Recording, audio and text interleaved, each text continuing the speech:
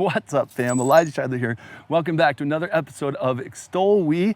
Battling a little bit of a cold today, so maybe a lot more jump cuts to cut out those coughs so that I'm not coughing in your ear. But today, Jay is my extra and I am the ordinary. The video that went live this last week was the glass wall, and it was connected to then a video that was in the past called Fights and Quarrels. I've been getting questions in regards to why I say you're watching this video on Sunday, August 32nd, 2024. Answer is so easy. In that moment, God was calling me into speaking the things that He was saying and not relying on my own understanding. If you watch that video, you'll see just this slight hesitation, and you're watching this video on Sunday, August 32nd. In that moment, if you're familiar with the prophetic voice of God, you can have a 2-hour conversation with Him in the blink of an eye, but there were so many things that ran through my heart and mind of God. People are gonna think I'm crazy saying August 32nd. I don't wanna say that. He said, I am the God who gives life to the dead and calls things that are not as though they were, and they become. This week, God did encourage me with this meme that popped into my Facebook feed with this eye illusion that there's these boxes that are drawn into 3D space with an arrow in the middle of it. And when the arrow points to the left, the box rotates to the left. When it points down, it rotates downward. When it goes in a circle, the box rotates in a circle. When it points inward and outward, the box contracts and expands. But it's just flashing from white to black, white to black. The thing about it is, the boxes are not changing in size or rotating at all. It's our brain's proclivity of interpreting what we see based on the signs that are in the midst of it. And so I think it's so beautiful to see how white to black mirrors this process in our lives of going from night to day, mystery to revelation, and then the process of us saying, God, I don't know what I'm looking at. I don't know why you're saying this, but as we look to Him as our sign, as we look to Him to direct our lives, that things that are not even moving, things that are not growing, contracting at all, that by faith, if we look to what God is saying, His perception will guide our hearts and minds in Him, and we'll see what God wants us to see. Connected with that, then other encouragements from God is that also I went off on a family getaway with my family to Island Park, Idaho over the Labor Day weekend. And my little boys and I went down to the lake to investigate. And it's so beautiful. That Island Park is the highest elevation city in Idaho. Getting out of your hometown, getting closer to God, so beautiful. As we went down to the lake to investigate, Jamin was really afraid of the docks. He didn't know what to think about this solid structure that was going out onto the water, didn't have side rails on it. He was very afraid. So in order to help minister to him, I took him out to the end of it, held onto him, and then began to rock side to side like a teeter-totter to bring lightness and fun to things that were intimidating and scary, to help him become more comfortable with it. But as I was standing on the dock, rocking back and forth, I looked to the left and saw that the dock that was right next to me was beginning to oscillate and to be in resonance with the patterns of my rocking back and forth. Like the longer that I did it, finally the third dock began to rock. And after a very long time, finally the fourth dock away began to then oscillate with the waves that I was sending out through the water. God began to speak to me about that as the boys and I continued to skip rocks. Bowden has an incredibly consistent skip rate, one skip every time. So beautifully throw one rock into the water and be like, Dad, I skipped it one time. Kids are so innocent.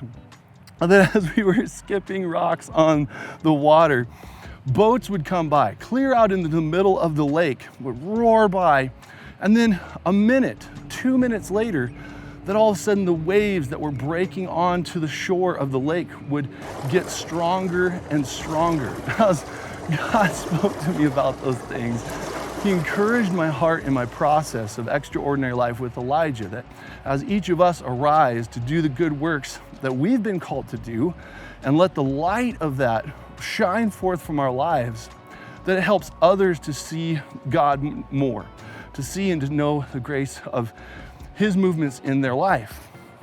As I said in the video from clear back 3.5 years ago that went live on August 32nd, that God was showing and revealing things of His nature to me in that moment that I had not seen. And so more than just speaking through and breaking the glass wall of the frame, like open it, I'm coming for you, that I hadn't seen that the panes in the glass behind me, that it was much like me being in a lighthouse, arising to shine to let the good works of my life shine forth from a lighthouse in faithfulness, that faith is the consistent actions of faith over time and leads to its fullness, which is faithfulness. And that as I continue to be consistent, moving through time and causing waves of light to go out from me, breaking through the glass pane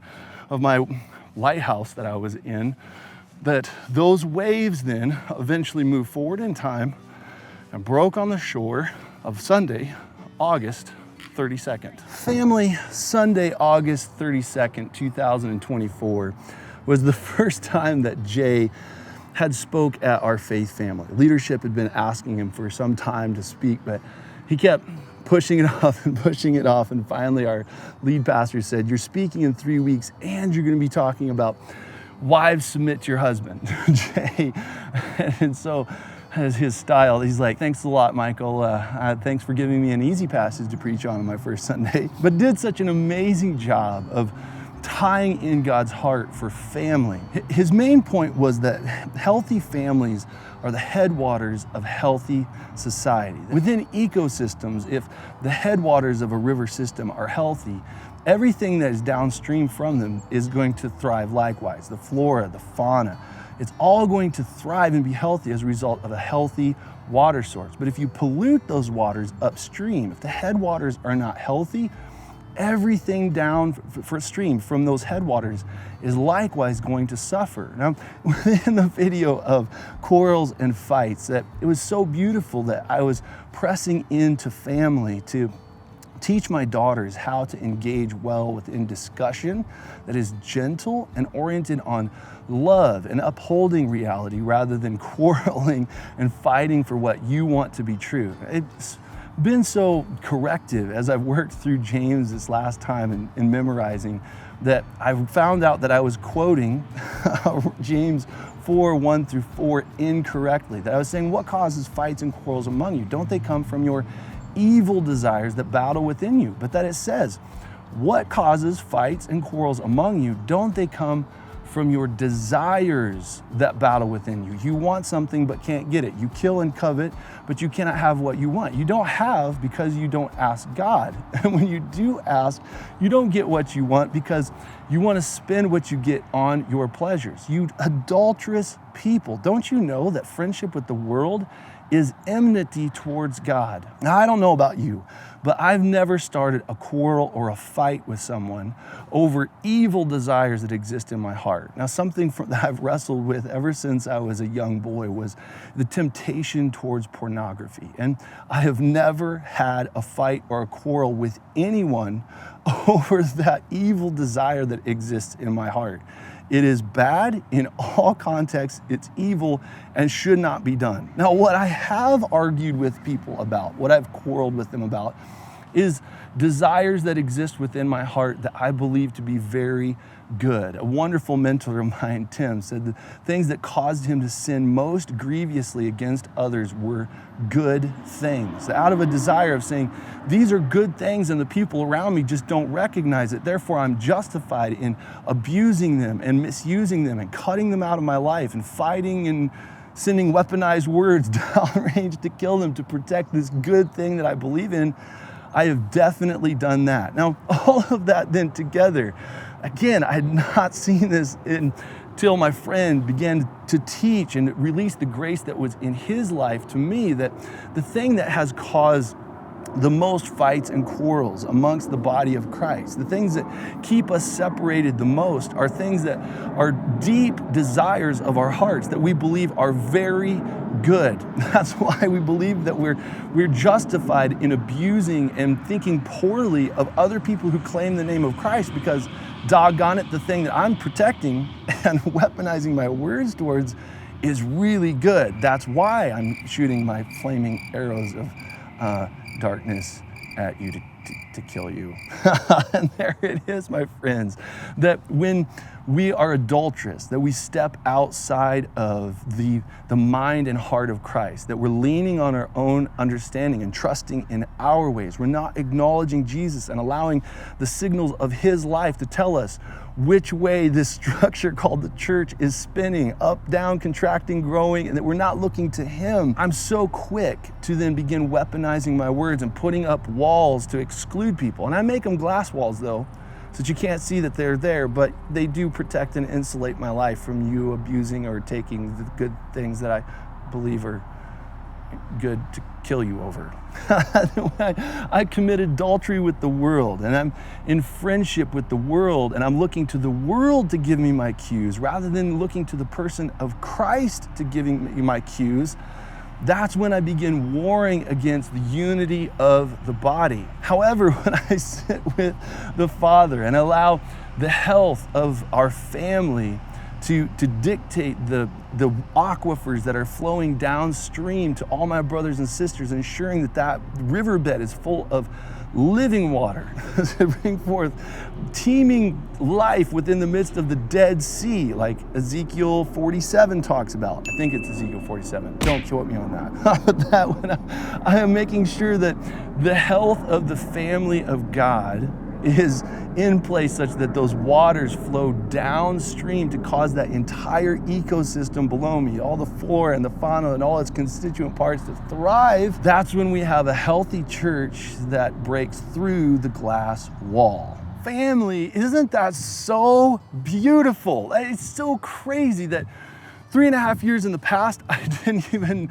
know of the community of the C3 family, much less Jay, but that as Jay stepped into this calling of the grace that was on his life, the good works that he was called to do, to release the words of God over God's people, to equip them for the works of service that they've been called to do, building us up into the unity of faith, even as unto the headship of Christ, that on Sunday, August 32nd, that this wave of grace that was placed in motion from 3.5 years in the past would break onto the shores of time concurrent, and that it would affirm that God is moving in and through my friend.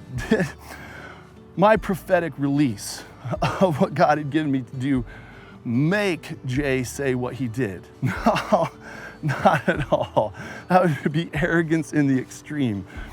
But the beauty of it is that as God comes alongside, that he gives us signs and wonders that spotlight our movements in him of stepping out in faith to do the good works that he's called each of us to do, that the grace of my life consistently, insistently, and persistently displayed within the time space that God gave me, motoring through that space, creating waves, and keeping my eyes centered on Jesus to say the things that he has given me to say, regardless of whether or not I think it makes me sound crazy, that those waves of his grace move forward in time to break onto the shores of my brother's good works to affirm, Jay, I so appreciate you in the Lord. I'm so grateful of the grace of his wisdom that exists in your life, that as you courageously and intentionally step out into the good works that God has given you to do, to please his heart, that the grace of your life is imparted to me so that I can know our Father more. Family, if you subscribe to what we are doing, then hit the button, hit it, and then get it. Hit the bell as well, so you get notified with the new content.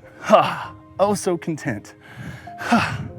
And if you loved this video, you didn't just like it, hit the thumbs down button. I pray blessings on all of our lives together. I love you guys lots. And I will see you in the next video.